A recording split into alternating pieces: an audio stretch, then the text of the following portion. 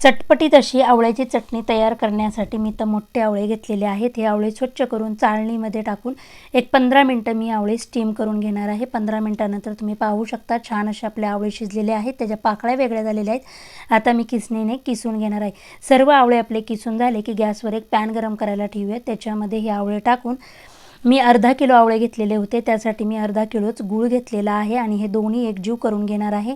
जसजसा आपला गूळ मेल्ट होईल तसतसं आपलं मिश्रण पातळ होईल।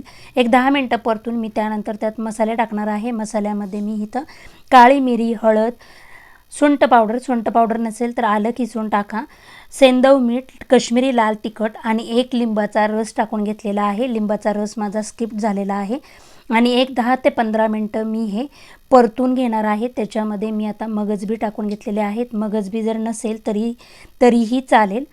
अशा पद्धतीने आपली आवळ्याची चटणी तयार।